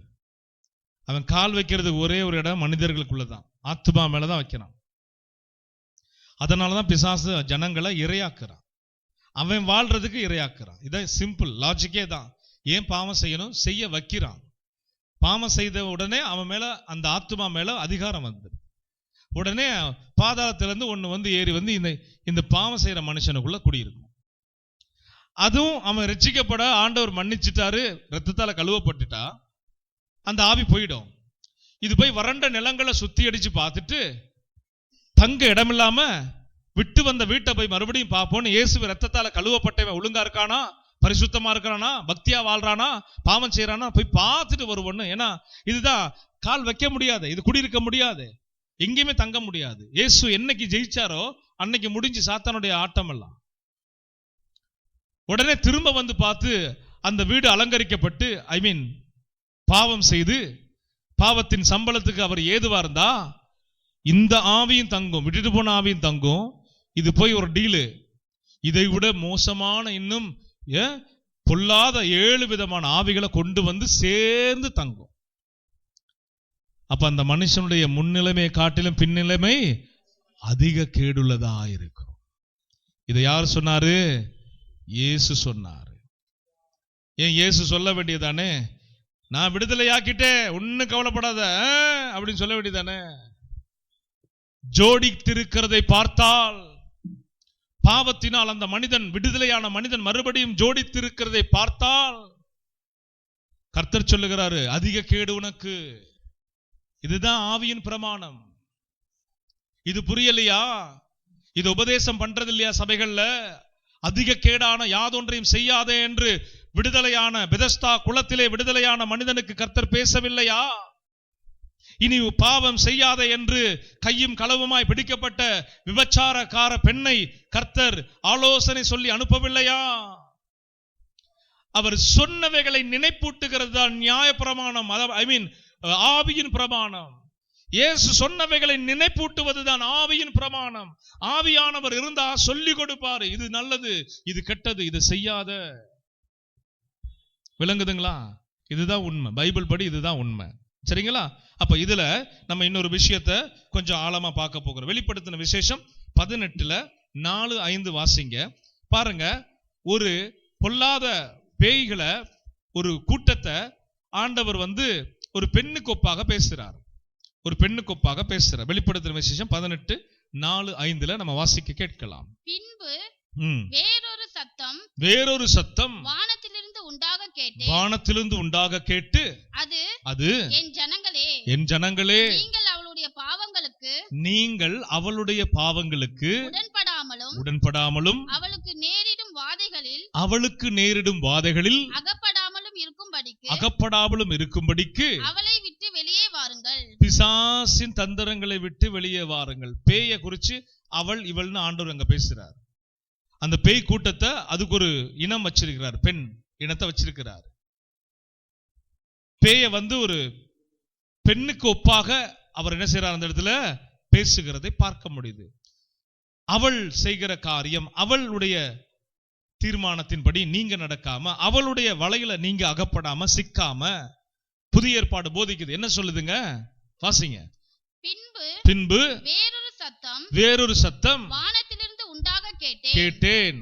அது என் ஜனங்களே நீங்கள் அவளுடைய பாவங்களுக்கு உடன்படாமலும் அவளுக்கு நேரிடும் வாதைகளில், அங்க ஒரு தண்டனை இருக்குது. அந்த பொல்லாத ஆவிகளுக்கு ஒரு தண்டனை வைக்கப்பட்டிருக்குது. மனுஷகுமாரன் வரப்போகிற மனுஷகுமாரன் வெளிப்படும் போது அவைகள் பாதாளத்தில் அடைக்கப்பட போகிறது. அவைகள் பாதாளத்தில் அடைக்கப்பட போகுது. அங்க வேதனைப்பட போகுது. அந்த பங்கு உனக்கு வேணான்னு ஆண்டவர் சொல்லுகிறார். அதனுடைய பாவத்தை நீயும் செய்தா உனக்கு அங்கதான் பங்குன்னு ஆண்டவர் எச்சரிக்கிறார். வாசிங்க. அவளுக்கு நேரிடும் வாதைகளில் அகப்படாமலும் இருக்கும்படிக்கு அவளை விட்டு என்ன செய், வெளியே வாங்க. 5 வருஷம் ஆச்சா? 5 வாசித்து முடிச்சாச்சா? வாசிங்க. 5வது வாசிங்க. அவளுடைய பாவம் வானபரியந்தம் எட்டியது. எங்க எட்டியதா? வானபரியந்தம். பூமியில இருந்து பாதாளத்துல தான் அடைக்கப்பட்டான், பூமிக்கு வந்துட்டான். பூமியில இருந்து அவன் செய்கிற பாவங்கள் எல்லாம் எங்க எட்டுது? இப்ப வானபரியந்த வரைக்கும் எட்டுது. வாசிக்கலாம். அவளுடைய அநியாயங்களை தேவன் நினைவு கூர்ந்தார். அவள் உங்களுக்கு பலனளித்தது போல நீங்களும் அவளுக்கு பலனளியுங்கள். இதுதான் யுத்த சந்ததியுடைய வேலை, சபை மக்களுடைய வேலை. நீங்க பாவம் செய்யாம இருந்தா, பாவம் செய்ய வைத்து பாவத்தின் சம்பளத்தை பலனா கொடுத்துக்கிட்டு இருக்கான் பாருங்க பிசாசு. ஆண்டவர் சொல்றாரு, அதை நீ செய்யாம இருந்தாலே நீ அவனுக்கு பலன் கொடுக்கிற, நீ அவன் மேல தண்டனையை கூட்டுகிற. நீ நீதியா வாழு, அவனுக்கு நான் நியாய தீர்ப்பு செய்வேன். நீ பரிசுத்தமா வாழு, நான் அவனுக்கு உண்டான ஆக்கினை தீர்ப்பை கொண்டு வருவேன். அவன் ஒரு கொலைபாதகன். பிசாசின் கூட்டமும் கொலைபாதகர்கள். அவன்கிட்ட இரக்கம் இல்ல. அவர் இயேசுனர், என்கிட்ட இரக்கம் இருக்குது, நீ என்கிட்ட வந்துரு. அவன் தண்டனைக்கு உட்படுத்தப்பட போகிறான், அவன் வாதை அனுபவிக்க போகிறான். அங்க நீ போய் அகப்பட்டுடாத, அவன் செய்யறதை நீ செய்து அப்படின்னு புதிய ஏற்பாடு ஆவியின் பிரமாணம் நமக்கு என்ன செய்து மிக மிக அழகாக போதிக்கிறது. சரி, இப்ப நம்ம அந்த பாவத்தை, அந்த பலனை பெறுகிறோம் எதனால? ரோமர் 7ஆம் அதிகாரத்துக்கு வாங்க. கடைசியாக எல்லாரும் ரோமர் 7ஆம் அதிகாரத்துல 4ஆம் வசனத்திலிருந்து நம்ம வாசித்து தெரிந்து கொள்ள போகிறோம். சீக்கிரம் 7:4 25 வரைக்கும் நம்ம வாசிக்க கேட்கலாம். அப்படி போல என் சகோதரரே, நீங்கள் மரித்தோரிலிருந்து எழுந்த கிறிஸ்து என்னும் வேறொருடையவர்களாகி தேவனுக்கென்று கனி கொடுக்கும்படி. பாருங்க, அங்க பலன் கொடுக்கணுமா? யாருக்கு? பொல்லாதவைகளுக்கு, பொல்லாத ஆவிகளுக்கு நாம நீதியா வாழ்ந்து அவைகளை துரத்துகிற வேலையை தான் இயேசு கொடுத்தாரு. மார்க்கு 16:16 படி பிசாசுகளை துரத்துங்கள். விசுவாசம் உள்ளவனாகி ஞானஸ்தானம் பெற்றவன் ரட்சிக்கப்படுவான். என் நாமத்தினாலே அவன் என்ன செய்வான்? பிசாசுகளை துரத்துவான். அதில் அகப்பட்டவங்களையும் அவங்கள விலக்கி அவங்களுக்கு வசனங்களை சொல்லி கொடுத்து இயேசுவை பத்தி அறிமுகப்படுத்தி ஆலயத்துக்குள்ள கொண்டு வரணும். இதெல்லாம் நமக்கு கொடுக்கப்பட்ட வேலை.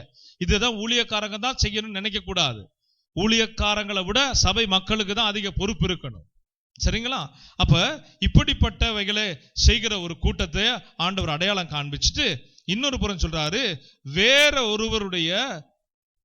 ஒருவருடையவர்களாகி தேவனுக்கென்று கனி கொடுக்கும்படி கிறிஸ்துவின் சரீரத்தினாலே நியாயப்பிரமாணத்திற்கு மரித்தவர்களானீர்கள். ஆமென் சொல்லுங்க. நாம நிறைவேற்ற முடியாத, இஸ்ரவேலர்கள் நிறைவேற்ற முடியாத நியாயப்பிரமாணத்தை இயேசுவுக்குள்ளாக கிறிஸ்துவின் சரீரத்தினாலே நியாயப்பிரமாணத்திற்கு மரித்தவர்களானீர்கள். நியாயப்பிரமாணம் இனிமே நம்மளை மேற்கொள்ள முடியாது. ஏன்? நான் கிறிஸ்துவை ஏற்றுக்கொண்டேன், கிறிஸ்துவுடைய பிரமாணம் எனக்குள்ள இருக்குது, கிறிஸ்துவுடைய சரீரத்திற்குள் நான் நியாயப்பிரமாணத்தை என்ன செய்துட்டேன்? வென்று விட்டேன். ஆமென் சொல்லுவோமா? ஜெயித்தது இயேசு. அவர் அண்டி கொண்டோம்னா நம்மளுக்கும் அந்த ஜெயத்துல பங்கு இருக்குது. வேற ஒண்ணுமே இல்லை. பாதாளத்தையும் மரணத்தையும் நரகலான பொல்லாத ஆவிகளையும் அவர் என்ன செய்தாரு? ஜெயிச்சிட்டாரு. இப்ப இவர் என்ன சொல்றாரு? நீங்களும் கிறிஸ்துவுக்குள்ளாக கனி கொடுக்கிறவர்களா மாறணும், நீங்களும் கிறிஸ்துவை போல மாறணும். இதுதான் அவர் சொல்ல வர்றார். வாசிங்க. நாம் மாம்சத்திற்கு உட்பட்டிருந்த காலத்தில் நியாயப்பிரமாணத்தினாலே தோன்றிய பாவ இச்சைகள் மரணத்திற்கு ஏதுவான கனிகளை கொடுக்கத்தக்கதாக நம்முடைய அவயங்களிலே பலன் செய்தது. நியாயப்பிரமாணத்திலே சொல்லப்பட்ட பாவங்களை இவங்க செய்யும் போது சரீரத்துல தான் அது என்ன செய்யுது? இடம் பிடிக்குது. சரீரத்தை தான் அது டார்கெட் பண்ணுது. சரீரத்தை பாதிக்க செய்துட்டா ஒரு 70 வயசுல சாக வேண்டிய ஆளு 50 வயசுல செத்துருவான். ஏன்னா நியாயப்பிரமாணம் அப்படி சொல்லப்பட்டிருக்குது. களவு செய்யாதிருப்பாயாக, பொய்சாட்சி சொல்லாதிருப்பாயாக, பிறனுடைய யாதொன்றை விச்சாதிருப்பாயாக. இவனை இச்சிக்க வச்சான். பிசாசு இச்சிக்க வச்சு பாவம் செய்ய வச்சு பாவத்துல பிடிக்க அவன் வளவிரித்தான். 6வது வசனம். இப்பொழுதோ பழமையான எழுத்தின்படி அல்ல, புதுமையான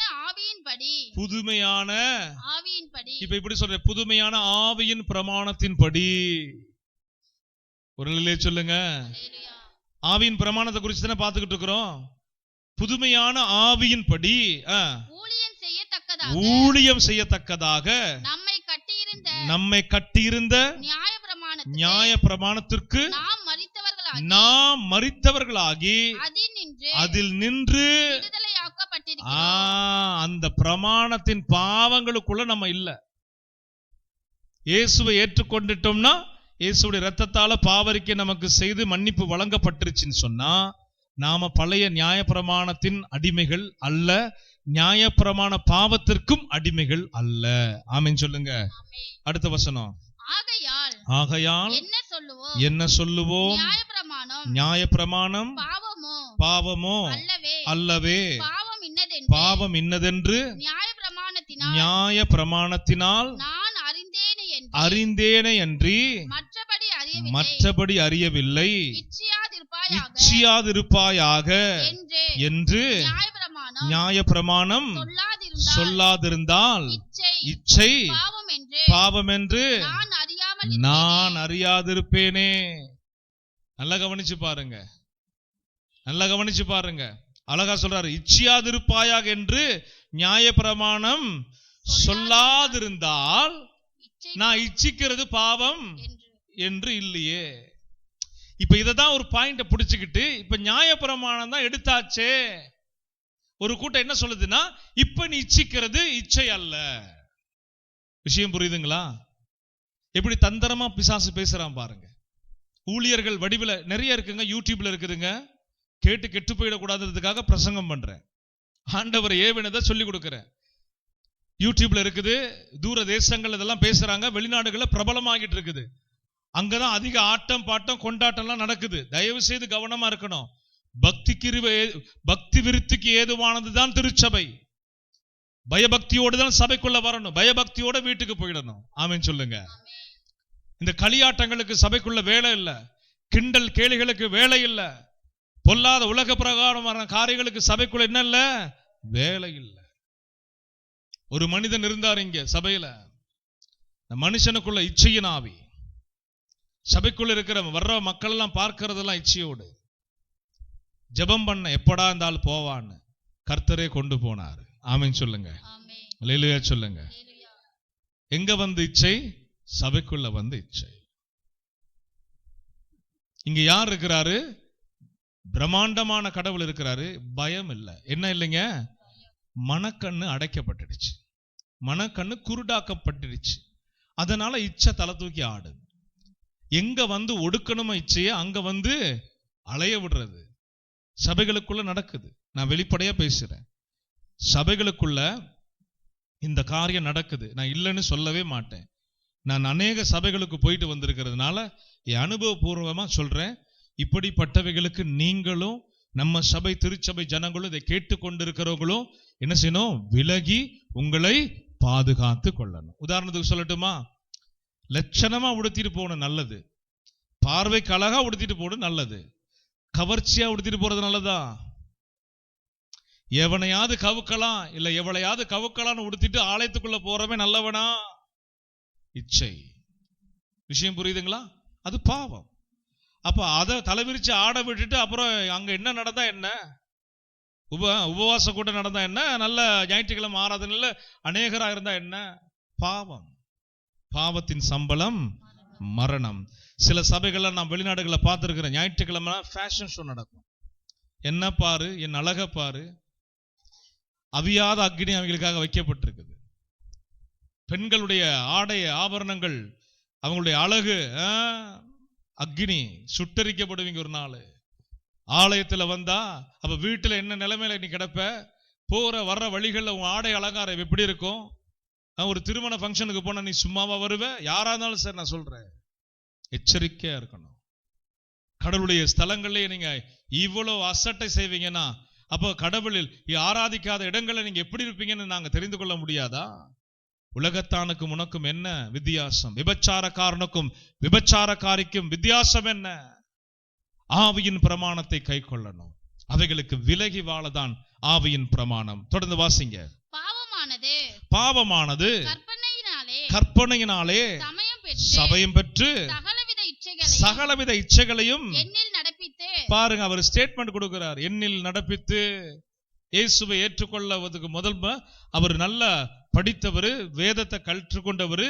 ஆனாலும் அந்த பாவம் இவர் சரீரத்தில் என்ன செய்து நிறைவேற்றி நடப்பித்தது.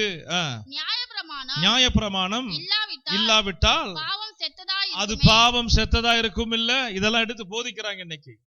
நியாயப்பிரமாணம் இல்ல, அதனால நீ செய்யறது பாவம் இல்ல. ஏன்னா நியாயப்பிரமாணத்தை இயேசுவின் சரீரத்தினூட நம்ம என்ன செய்துட்டோமா?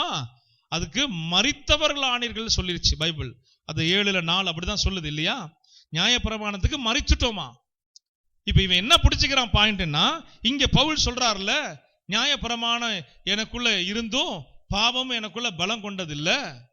நியாயப்பிரமாணம் ஒண்ணு இருந்தனால தானே அது பாவம்னு உங்களுக்கு தெரியுது. இப்ப இவனுங்க இந்த நவீன உபதேசியார்கள் என்ன உபதேசம் பண்றாங்கன்னா, இது பாவம் இல்ல, நியாயப்பிரமாணம் மரிச்சிருச்சு, இப்ப நீ செய்யறது பாவம் இல்ல. எச்சரிக்கையா இருக்கணும், எச்சரிக்கையா இருக்கணும். இதெல்லாம் தந்திரங்கள்ல ரொம்ப ஹை பீக்ல ரொம்ப யோசிச்சு சாத்தா செஞ்சிருக்கிறான். அதெல்லாம் ரொம்ப தந்திரத்துல உச்சக்கட்ட தந்திரம். இதெல்லாம் கிறிஸ்தவர்களே இழுத்துட்டு போறதுக்கு பாதாளத்துக்கு. எச்சரிக்கையா இருக்கணும். பாவம்னா பாவம் தான். எந்த ஊழியக்காரனும் வேஷம் தரித்து நீ செய்யலாம், உனக்கு நீ சுதந்திரவாளி, அது ஒன்னு தொடராது, நரகம் உனக்கு கிடையாதுன்னு சொன்னானா அதுதான் நீங்க எச்சரித்து நீங்க அவனை கடிந்து கொண்டு அவன் என்ன செய்யணும்? விரட்டி அடிக்கணும். அப்படிப்பட்டவனை, அப்படிப்பட்ட ஊழியர்களை யூடியூப்ல நல்லா கழுவி ஊத்தணும். ஆமேன்னு சொல்லுங்க. ஆமா, உங்களுடைய கமெண்ட்ஸை பார்த்து அவன் மனம் திரும்பணும். அல்லேலூயா சொல்லுங்க. ஆமா, நான்லாம் தாறுமாறா கேள்வி கேட்டிருக்கிறேன், வசனத்தை வச்சு கேட்டிருக்கிறேன். நிறைய பேர் பேச்சே கொடுக்க முடியல, திரும்பி பதில் சொல்ல முடியாது.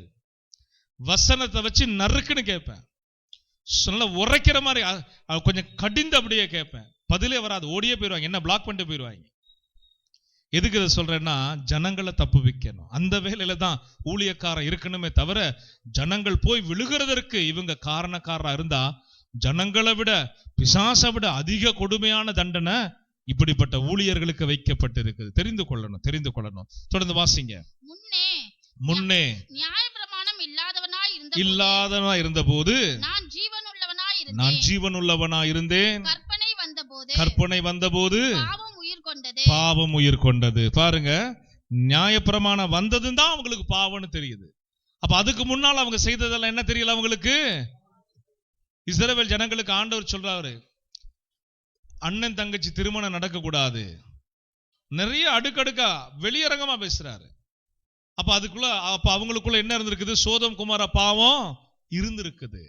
சகோதரியை நீ திருமணம் பண்ண கூடாது, சித்தம்ப பிள்ளைய நீ மனம் முடிக்க கூடாது, அவள் உனக்கு தங்கச்சி, அப்பனுடைய மனைவி நீ என்ன செய்யக்கூடாது, தவறான உறவு வைத்துக் கொள்ளக்கூடாது, அது பாவம். நிறைய அப்படியே அடுக்கடுக்கா வச்சிருக்கிறார், அப்படியே இளைச்சிரு வச்சிருப்பாரு. அதை பார்த்தீங்கன்னு வச்சுக்கோங்களேன், நடுங்க நமக்கு. ஓ, நியாயப்பிரமாணத்துல இவ்வளவு காரியங்களா? இப்ப இதெல்லாம் இங்க செய்யக்கூடாதுன்னு சொன்னதை புதிய ஏற்பாட்டுல நாம என்ன செய்யக்கூடாது, செய்ய கூடாது. எதை எச்சரித்தாரோ அதை எச்சரிப்ப அப்படியே கை கொள்ளணும். பழைய ஏற்பாட்டு விஷயத்தை தான் இயேசு வேற விதமா சொல்லி மறுபடியும் எச்சரிச்சுட்டு தான் போயிருக்கிறாரு. பழைய ஏற்பாடை விட புதிய ஏற்பாடு கடுமையா தான் இருக்குது. இச்சிக்கலாம் அப்படிங்கிறத பழைய ஏற்பாடுல கையில் எடுத்துட்டாங்க. போற வார ஆளெல்லாம் பார்த்து இச்சிக்கிறது. இங்க சொல்லிட்டாரு, கண்ணால நீ இச்சித்தாலே விபச்சாரம் செய்து ஆயிற்று. தொடர்ந்து வாசிங்க. நான் மரித்தவனானேன். இப்படி இருக்க ஜீவனுக்கு ஏதுவான கற்பனையே எனக்கு மரணத்திற்கு ஏதுவாயிற்று. பாவமானது கற்பனையினாலே சமயம் பெற்று என்னை வஞ்சித்து அதனாலே என்னை என்ன செய்தது, பாவம் செய்கிற மனுஷன் ஆல்ரெடி செத்துட்டான் உள்ளுக்குள்ள. கவனிக்கணும், பாவத்துடைய இரண்டாவது பரிமாணத்துல இன்னைக்கு நம்ம செய்தி கேட்டுக்கிட்டு இருக்கிறோம். பாவத்திற்கு உட்படுகிறவன் கிட்டத்தட்ட மரிச்சிட்டான், கிட்டத்தட்ட பாவத்துக்கு என்ன செஞ்சாவே மரிச்சிட்டான். ஆனா ஆவிக்கு உட்படுகிறவனோ பாவத்திற்கு மரிக்கிறான். அல்லேலூயா சொல்லுங்களேன். முழு பாவத்திலிருந்து அவன் விடுதலையாக்கப்படுகிறான். ஆவியின் பிரமாணத்தின்படி இயேசுவை அண்டிக் கொள்ளுகிறவன் பாக்கியவானாக மாறுகிறான். அவனுக்கு நித்திய ஜீவன் என்ற மறுவாழ்வை கர்த்தர் வைத்திருக்கிறார். அங்க கொண்டு போய் சேர்க்கிற ஆளு விபச்சாரக்காரனையோ கள்ளனையோ கொலைபாதகனையோ துன்மார்க்கமாய் வாழுகிறவனை கொண்டு போய் அங்க வைக்க முடியாது. ஏன்னா அது பரலோகம், பரிசுத்தம் நிறைந்த ஒரு இடம். ஆமீன் சொல்லுங்க. அசுத்தவான்களுக்கு என்று உருவாக்கப்பட்டு வைக்கப்பட்டிருக்கிற துன்மார்க்கன் என்று அழைக்கப்படுகிற சாத்தானுக்கும் சாத்தானுடைய கூட்டத்திற்கும் வைக்கப்பட்டிருக்கிற பாதாளத்துல தான் பாவம் செய்கிற ஆத்துமாக்கள் கொண்டு போய் அடைக்கப்படும். அந்த பாதாளத்திலே விழுகிற ஒருவர் கூட திரும்புவது இல்லை. பூமியில கொடுக்கப்பட்ட நாட்கள்ல ஆவியின் பிரமாணத்தின்படியும் இயேசுவின் கிருபையின்படியும் என்ன செய்தரணும், பாவ மன்னிப்பு பெற்று பரிசுத்தமாய் வாழுங்க. தொடர்ந்து வாசிங்க. ஆகையால் நியாயப்பிரமாணம் பரிசுத்தம் உள்ளது தான், கற்பனையும் பரிசுத்தமாயும் நீதியாயும் நன்மையாயும் இருக்கிறது. இப்படி இருக்க நன்மையானது எனக்கு என்னவாயிற்று, நியாயப்பிரமாணம் இருக்கு. நீங்க ஆவியின் பிரமாணத்தை நீங்க மேற்கொண்டு ஆவியின் பிரமாணத்திற்கு விரோதமா செயல்பட்டாலும் இதுதான் நடக்கும். பழைய ஏற்பாடு நியாயப்பிரமாணத்தின்படி வாழ்ந்தவங்களும் இப்படிதான் மரித்தார். புரிந்து கொள்ளணும். ஆவியின் பிரமாணம் இல்லைன்னு நீங்க சொல்லவே முடியாது. புதிய ஏற்பாட்டுல பிரமாணம் வைக்கப்பட்டிருக்குது, அதை நீங்க கை கொண்டே ஆகணும். பழைய பிரமாணத்தின்படி வாழ்ந்தவர்களோ பிரமாணத்தின்படி வாழ முடியாம, ஏன்னா அது பரிசுத்தம், அதன்படி வாழ முடியாம அவங்க பாவம் செய்தார்கள். அப்ப பாவத்துக்கு மரித்தார்கள். அப்ப இயேசு வர வேண்டிய ஒரு கட்டாயம் வந்தது. தொடர்ந்து வாசிங்க. அப்படி அல்ல, பாவமே எனக்கு மரணமாயிற்று. கற்பனையினாலே மிகுந்த பாவம் உள்ளதாகும் படிக்கும் அது நன்மையானதை கொண்டு எனக்கு மரணத்தை உண்டாக்கினதினாலே பாவமாகவே விளங்கும்படிக்கு அப்படி ஆயிற்று. மேலும் நமக்கு தெரிந்திருக்கிறபடி நியாயப்பிரமாணம் ஆவிக்குரியதா இருக்கிறது. நியாயப்பிரமாணம் எப்படி இருக்குதா? ஆவிக்குரியதா. ஒரு அல்லேலூயா சொல்லுங்க. இப்ப நியாயப்பிரமாணம் இப்ப எப்படி இருக்குது? ஆவிக்குரிய பிரமாணம். நியாயப்பிரமாணத்தை நிறைவேற்றினாரு. நியாயப்பிரமாணத்தை இயேசு என்ன செய்தாரு? நிறைவேற்றினாரே தவிர அதுவும் புதிய ஏற்பாடும் ஆவிக்குரிய பிரமாணம். நியாய பிரமாணத்தின் படி நம்ம மனம் திரும்ப வேண்டிய அவசியம் இல்ல, பலி கொடுக்க வேண்டிய அவசியம் இல்ல. ஆனா அதுவும் ஒரு ஆவிக்குரிய பிரமாணமாக பழைய ஏற்பாட்டுல ஜனங்களுக்கு என்ன செய்யப்பட்டது? கொடுக்கப்பட்டது. தொடர்ந்து வாசிக்கலாம். நானும் பாவத்திற்கு கீழாக விற்கப்பட்டு மாம்சத்துக்குரியவனாய் இருக்கிறேன். எப்படி எனில் நான் செய்கிறது எனக்கே சம்மதி இல்லை. நான் விரும்புகிறதை செய்யாமல் நான் வெறுக்கிற டிவி நிகழ்ச்சிய, நான் வெறுக்கிற சினிமா காட்சிகளை, நான் வெறுக்கிற வீண் பேச்சுகளை, நான் வெறுக்கிற போட்டி பொறாமைய, நான் வெறுக்கிற துர்குணமா, அது நான் வெறுக்கணும்னு நினைச்சாலும் இந்த பாவ பிரமாணம் உள்ள இருந்து என்ன பண்ணுது? திரும்ப திரும்ப செய்ய வைக்குது. இதை நீங்க நல்லா அண்டர்ஸ்டாண்ட் பண்ணாதான் உங்களுக்குள்ள என்ன பாவம் இருக்குன்னு கண்டுபிடிக்க முடியும். நான் வெறுக்கிறேன், நான் சுத்தமா வாழ விரும்புறேன், ஆனா பவுல் சொல்றாரு இல்ல என்னால வாழ முடியல. ஏன்? ரெண்டு பிரமாணம் இருக்குது. ஒன்னு ஆவியின் பிரமாணமாகிய புதிய ஏற்பாடு நமக்குள்ள இப்ப இருக்குது. அதே நேரத்துல ஆவிய அற்ற தேவன் கொடுக்காத பாவ பிரமாணமும் நமக்குள்ள என்ன செய்து குடிகொண்டு இருக்கிறதுனால பவுல் சொல்றாரு, நான் எதை வெறுக்கிறேனோ ஆனா அதை தான் என்ன செய்யற திரும்பவும். இந்த அனுபவம் நம்ம எல்லாருக்குமே இருக்கும். இது இல்லைன்னு நான் சொல்ல மாட்டேன். நம்ம எல்லாம் பெரிய பரிசுத்தவான்கள் கிடையாது, இன்க்ளூடிங் பாஸ்டர். சரிங்களா? ஆனா என்ன செய்யறோம்னா பிராக்டிஸ் பண்றோம். என்ன பண்றோம்? பரிசுத்தமா வாழ பயிற்சி எடுக்கிறோம். பரிசுத்தமா வாழ விரும்பி அதை நோக்கி பயணிக்கிறோம். பரிசுத்தவானா கேட்டா இல்ல, இயேசு ஒருவரை தவிர யாருமே, அப்படிதான் சொல்ல பழகணும். நீ பரிசுத்த மனவாட்டியா உருவாகிக்கிட்டு இருக்கிற, இயேசு ஒருவரை தவிர பரிசுத்தவான் ஒருவர் இல்லை, அப்படிதான் சொல்லி பழகணும். ஆமென் சொல்லுங்க. அப்ப நிறைய தடைகள் வரும். இந்த மாம்சத்துல நம்மளை ஓவர் கம் பண்ணுங்கிற அளவுக்கு போராட்டங்கள் வரும். நம்ம கண்ட்ரோல் பண்ண முடியாத அளவுக்கு சில சம்பவங்கள்லாம் நம்முடைய அவயங்களை நடந்தாலும் நீங்க ஒன்ன நினைவு வச்சுக்கணும், அது பாவம். அதை என்ன செய்திடக்கூடாது? தொடர்ந்து நான் செய்யக்கூடாது. இதுதான் தேவை. இதை நான் செய்கிறதுக்கு தான் சபைக்குள்ள வர்றேன். இதை நான் கை கொள்ளதான் இயேசுவை குறித்து தெரிந்து கொள்ளுகிறேன். புதிய ஏற்பாடை நான் விசுவாசிக்கிறேன், இயேசுவை நான் விசுவாசிக்கிறேன், இயேசு சொன்னவைகள் படி வாழ நான் விரும்புகிறேன். தொடர்ந்து வாசிங்க. இப்படி நான் விரும்பாததை செய்கிறவனா இருக்க நியாயப்பிரமாணம் நல்லதென்று ஒத்துக்கொள்ளுகிறேன். ஏன்னா இவர் நியாயப்பிரமாண காலத்துல தான் வாழ்ந்துகிட்டு இருக்கிறாரு. ஆனா புதிய ஏற்பாடு புதிய பிரமாணத்தை அறிமுகப்படுத்தி வைக்கிறார். ஆமென் சொல்லுங்க. இயேசுவும் நியாயப்பிரமாண காலத்துல வந்து நியாயப்பிரமாணத்தின்படி செய்துட்டாரு. ஆனா நியாயப்பிரமாணம் இனி தேவையில்லை, என்னுடைய பிரமாணத்தை நான் சொன்னவைகளை பரிசுத்த ஆவியானவர் என்ன செய்வாரா? நினைப்பூட்டுவார்னு சொல்லி அவர் கடந்து போனாரு. நியாயப்பிரமாணத்துல ஆண்டவராக இயேசு ஒன்னு எடுத்துக்கிட்டாரு. என்ன சொன்னாரு? 10 கற்பனைகள். ஒருத்தன் கேட்கிறான், நான் பரலோகத்துக்கு போன என்ன செய்யணும்? பிரமாணத்துல என்னப்பா மோசே கற்றுக் கொடுத்தாரு?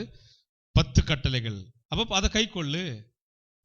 அப்போ அவன் சொல்றான், இல்ல நீங்க என்ன சொல்றீங்க? ஆண்டவர் ஆவியின் பிரமாணம் என்ன சொன்னாரு? உன்னை போல 10 கற்பனை தான் முதல்ல சொன்னாரு. அதை கை கொண்டாலே உன்னை நேசிக்கலாம், பிறனை நேசிக்கலாம்.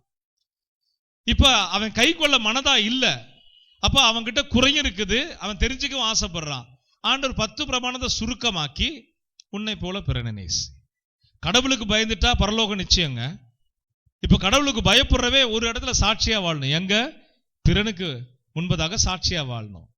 பிறனை நேசிக்கிற அனுபவத்துக்குள்ள நம்ம வரணும். எப்படி நேசிக்கணும்? இயேசு பிறனை நேசித்தது போல, இயேசு என்னை நேசிக்கிறது போல நான் நேசிக்கணும். எனக்கு பசிக்குதுன்னா அவனுக்கு பசிக்கணும், யோசிக்கணும். எனக்கு தீமை வந்தா இருதயம் வேதனைப்படுனா அவனுக்கும் நம்ம தீங்கு செய்யாம வாழணும். புரியுதுங்களா? இதுதான் இன்னைக்கு நம்ம பிராக்டிஸ் பண்ண வேண்டிய சில காரியங்கள். அப்ப நியாயப்பிரமாணம் நல்லது தான், ஆனா அது புதிய ஏற்பாட்டுல இயேசு அதை நிறைவேற்றி அது இல்ல, இப்ப நான் ஆவிக்குரிய ஒரு பிரமாணத்தை தருகிறேன். தொடர்ந்து வாசிங்க. ஆதலால் நான் அல்ல எனக்குள் வாசமாயிருக்கிற பாவமே அப்படி செய்கிறது. கவனிச்சு பாருங்க, பவுல் சொல்றாரு, மனம் திறந்து பேசுறாரு. நான் செய்யக்கூடாதுன்னு நினைக்கிற பாவத்தை என்னை செய்ய தூண்டுகிறது என்னதுங்க? பாவமே. அடுத்தது, அது எப்படி எனில் என்னிடத்தில், அதாவது என் மாம்சத்தில் நன்மை வாசமாய் இருக்கிறது இல்லை என்று நான் அறிந்திருக்கிறேன். நன்மை செய்ய வேண்டும் என்கிற விருப்பம் என்னிடத்தில் இருக்கிறது. நன்மை செய்வதோ இல்லை. ஆதலால் நான் விரும்புகிற நன்மையை செய்யாமல் நான் விரும்பாத தீமையையே செய்கிறேன். புரியுதுங்களா? நான் நல்லதை செய்ய யோசிக்காம எனக்குள்ள இருக்கிற பாவம் எதை எடுத்து கொடுக்குது? தீமையே செய். இந்த இவன் கிட்ட முகம் கொடுத்து பேசாத, இவன் நமக்கு விரோதமா இப்படி செஞ்சான், இவன் நமக்கு அப்படி விரோதமா பண்ணுனா. இன்னைக்கு நம்ம சபையை விட்டு போன சிலரோட வாட்ஸ்அப்ல நான் கனெக்ட்ல இருக்கிறேன். அப்பப்போ வசனங்கள் அனுப்புவேன், செய்திகளை ஷேர் பண்ணுவேன். ஏன்? அவங்க என்ன முகமுறித்துக்கிட்டு போனாலும் நான் கிறிஸ்துவின் அன்பை அவங்க மேல வைத்தது தான் இன்னைக்கு உங்களை நேசிக்கிறேன் அப்படிங்கிறதுக்கு அடையாளம். எதுக்கு இதை செய்யறேன்? அவங்கள குறித்து கசப்பு உணர்வு இருக்குன்னு என்ன குறித்து அவங்க தவறா எடை போட்டுடக்கூடாது. நான் திறந்த உள்ளமா இருக்கிறேன் அப்படிங்கிறத என்ன செய்யறேன்? அவங்களுக்கு சுட்டி காட்டு. என்கிட்டயும் அந்த பாவ பிரமாணம் இருக்குது, நானும் முகத்தை திருப்பிக்கிட்டு போகணும்னு தான் நினைக்கிறேன். ஆனா எனக்குள்ள இருக்கிற நல்ல பரிசுத்த இயேசுவின் பிரமாணம் இல்ல.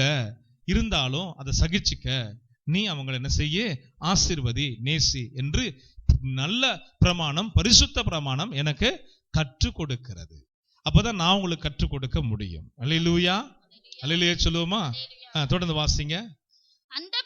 அந்தபடி நான் விரும்பாததை நான் செய்தால் நான் அல்ல எனக்குள்ளே வாசமாயிருக்கிற பாவமே அப்படி செய்கிறது. புரிந்து கொள்ளணும். நம்ம வீண் பேச்சு, அவதூறு பேசுறது, கோல் மூட்டுகிறது, அதெல்லாம் நமக்குள்ள இருக்கிற பாவம். இது இருக்குன்றத முதல்ல உணர்ந்தீங்கன்னா தான் இதுல இருந்து வெளியே வர முடியும்னு நீங்க என்ன செய்ய முடியும்? யோசிக்க முடியும். அடுத்தது வாசிங்க. ஆனபடியினால் நன்மை செய்ய விரும்புகிற என்னிடத்தில் தீமை உண்டென்கிற ஒரு பிரமாணத்தை காண்கிறேன். அது என்ன பிரமாணங்க? தீமை உண்டு பண்ணுகிற பிரமாணம். அப்படின்னா பாவ பிரமாணம். மனுஷனுக்குள்ள ரெண்டு பிரமாணம் இருக்கு. ஒன்னு பரிசுத்தமுள்ள கிறிஸ்துவின் பிரமாணம், இன்னொன்னு பாவ பிரமாணம். சரிங்களா? அதுதான் அவர் அங்க அழகா சொல்றாரு.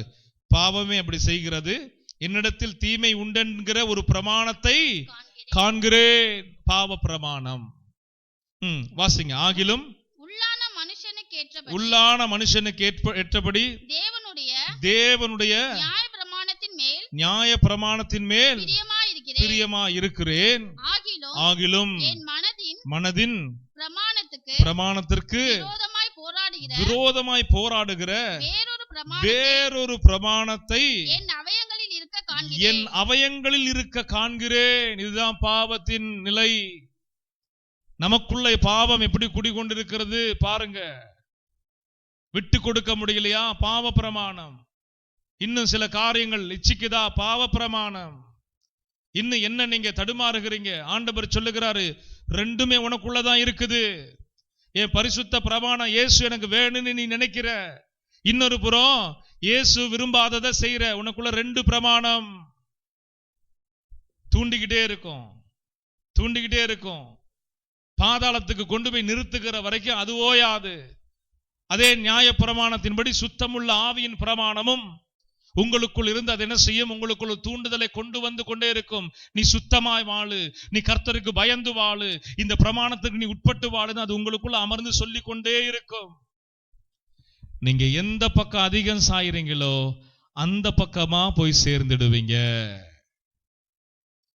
நீங்க ஆவியின் பக்கமாய் சார்ந்த ஆவியின் பக்கம் போய் சேருவீங்க பரலோக வாழ்க்கையில. நீங்க பாவ பிரமாணத்தின் பக்கமாய் சார்ந்தீங்கன்னா பாவ பிரமாணத்தின் முடிவு நரக பாதாளம் என்பதை மறந்துடாதீங்க. இதை நான் வலியுறுத்தி சொல்ல கடமைப்பட்டிருக்கிறேன். வாசிங்க. அது என் அவயங்களில் உண்டாயிருக்கிற பாவ பிரமாணத்துக்கு வந்துருச்சா? என்ன பிரமாணம் அது? சொல்லுங்க. முதல்ல நியாய பிரமாணம், அப்புறம் ஆவியின் பிரமாணம், இப்ப என்ன பிரமாணம்? பாவ பிரமாணம். மறுபடியும் சொல்லுங்க. என்ன பிரமாணம்? பாவ பிரமாணம். வாசிக்கலாம். என்னை சிறையாக்கி கொள்ளுகிறது. நமக்குள்ளதான் இருக்கும். சான்ஸ் கிடைக்கும் போது சிறை பிடிச்சிடும். பாவம் செய்ய தூண்டிட்டு சிறை பண்ணி வச்சிடும். நம்மளை இச்சைகளை காண்பித்து கட்டி வச்சிடும். எச்சரிக்கையா இருக்கணும். ஆதாம் முதற்கொண்டு இந்த பூமியில கடைசியா பிறக்க போகிற மனுஷனுக்குள்ள வரைக்கும் அந்த பாவ பிரமாணம் கிரியை செய்யும். அந்த பாவ பிரமாணத்தின் அடிமைத்தனத்தை விடுதலையாக்க தான் இயேசு வந்தார். அவரை சார்ந்து கொள்ளணும், அவருடைய வழிகளை கை கொள்ளணும். வாசிக்கலாம். நிர்பந்தமான மனுஷன் நான், இந்த மரண சரீரத்தினின்று யார் என்னை விடுதலையாக்குவார்? நம்முடைய கர்த்தராகிய இயேசு கிறிஸ்து மூலமாய் தேவனை ஸ்தோத்தரிக்கிறேன். ஆதலால் நானே மனதினாலே தேவனுடைய நியாய பிரமாணத்திற்கும் மாம்சத்தினாலேயோ பாவ பிரமாணத்திற்கும் ஊழியம் செய்கிறேன். இதுதான் இன்னைக்கு உங்களுக்கு கர்த்தர் பேச வந்த வார்த்தை. சரியா? 2 எஜமானுக்கு ஊழியம் செய்யக்கூடாது. இல்லையா சொல்லுவா? 2 எஜமானுக்கு நம்ம என்ன செய்யக்கூடாது? ஊழியம் செய்ய கூடாது. 2 எஜமானுக்கு நம்ம ஊழியம் செய்வோம்னு சொன்னா 2 இடத்துக்கு நம்ம போக முடியாது. ஒருவன் கர்த்தருக்குள்ள பயந்து வாழ்ந்தா கர்த்தர் தருகிற மோட்ச லோகத்துக்குள்ள பரலோகத்துக்குள்ள போய் சேர்ந்துட முடியும். ஒருவன் அக்கிரமங்களை செய்து கொண்டு நீதியை செய்தாலும் நரகம்தான், அல்லது அக்கிரமங்களை மாத்திரம் செய்தாலும் நரக பாதாளம் தான். தெரிந்து கொள்ளணும். பாவமும் நீதியும் ஒன்று சேர முடியாது. என்னையும் தன்னையும் எப்படி தனித்தனியா நிற்குமோ அது போலதான் கர்த்தருடைய பிரமாணங்கள் ஒரு மனிதனை துண்டாக தனியாக அழகா வேர்பிரித்து எடுத்துவிடும். அப்ப பழைய மனுஷனா இருந்தேன் செய்தேன், புதிய மனுஷனா இருக்கிறேன், என்ன செய்ய மாட்டேன்? பாவம் செய்ய மாட்டேன். தீர்மானம் தான் பரிசுத்த வாழ்க்கை. ஆனா 2 பிரமாணம் எங்க இருக்குது? நமக்குள்ளதான் இருக்குது. புரிந்து கொள்ளணும். நீதியின் பிரமாணமா இருக்கட்டும், அது பரிசுத்த பிரமாணமா இருக்கட்டும், ஆவியின் பிரமாணமா இருக்கட்டும், எப்படி வேணும் சொல்லலாம். இந்த பிரமாணமும் நமக்குள்ள இருக்குது. இன்னொரு பாவம் என்கிற பிரமாணமும் நமக்குள்ளதான் இருக்குது. நாம எதுக்கு முக்கியத்துவம் கொடுக்கிறோமோ அது நம்மை வழி நடத்தும். புரிந்து கொள்ளணும். இச்சைக்கு ஒப்பு கொடுத்து இச்சையின்படி வாழ நீங்க தீர்மானிச்சிட்டீங்கன்னா இச்சைக்கு ஏதுவான கதவுகள் உங்களுக்கு திறந்து காணப்படும். பரிசுத்தமாய் வாழ்ந்து பரலோக தேவனோடு வாழ்ந்து முடிக்க நீங்கள் தீர்மானித்துட்டீங்கன்னு சொன்னா பரிசுத்தத்திற்கு ஏதுவான வாழ்க்கை அமைப்பு உங்களுக்காக காத்து நிற்கும். அல்லேலூயா சொல்லுங்க. பசிக்குது அப்படின்னா கேட்டு வாங்கினா நீதி, அதே தெரியாம எடுத்துக்கொண்டா அநீதி. பசிக்குதுக்கு தான் கேட்டு பெற்றுக்கொண்டா நீதி. பிச்சை எடுப்பது நீதி. பிச்சை எடுக்கிறது நல்லது இல்லை. சரிங்களா? அது முதல்ல அவங்களுக்கு அறியாமல் எடுக்கிறாங்க. கடவுள் அப்படி யாரையும் படைக்கல. படைக்கும் போது எல்லாருக்கும் எல்லாமே கொடுத்துதான் படைச்சாரு. அவங்க முன்னோர்கள் சாபங்கள், அவங்க பாவத்தின் நிமித்தமா அநேகர் கையெழுதி நிக்கிறாங்க. ஆனா அது கூட பாருங்க நீதி. அதே மனிதன் திருடிக் கொள்வது அநீதி. கர்த்தருடைய பார்வையில இந்த 2க்கு வித்தியாசம் உண்டு. நீங்களும் இந்த வித்தியாசத்தோடு தான் வாழணும். நீங்களும் கர்த்தருக்குள்ள ஆசீர்வதிக்கப்படுவீங்க. எல்லாரும் எழுந்து நின்று பாவ பிரமாணத்தை குறித்து கர்த்தர் பேசினார். பாவ பிரமாணத்தின் அடிமைத்தனத்திலிருந்து அவர் என்னை விடுதலையாக்க வேண்டும் என்று ஜெபம் செய்ய போகிறோம். எல்லாரும் ஒப்பு கொடுப்போமா? வாய் திறந்து ஜெபம் பண்ணுங்க. பாவ பிரமாணத்தின் பிடியிலிருந்து கர்த்தாவே என்னை விடுதலையாக்கும் சொல்லுங்க. நீங்க தான் சொல்லணும்.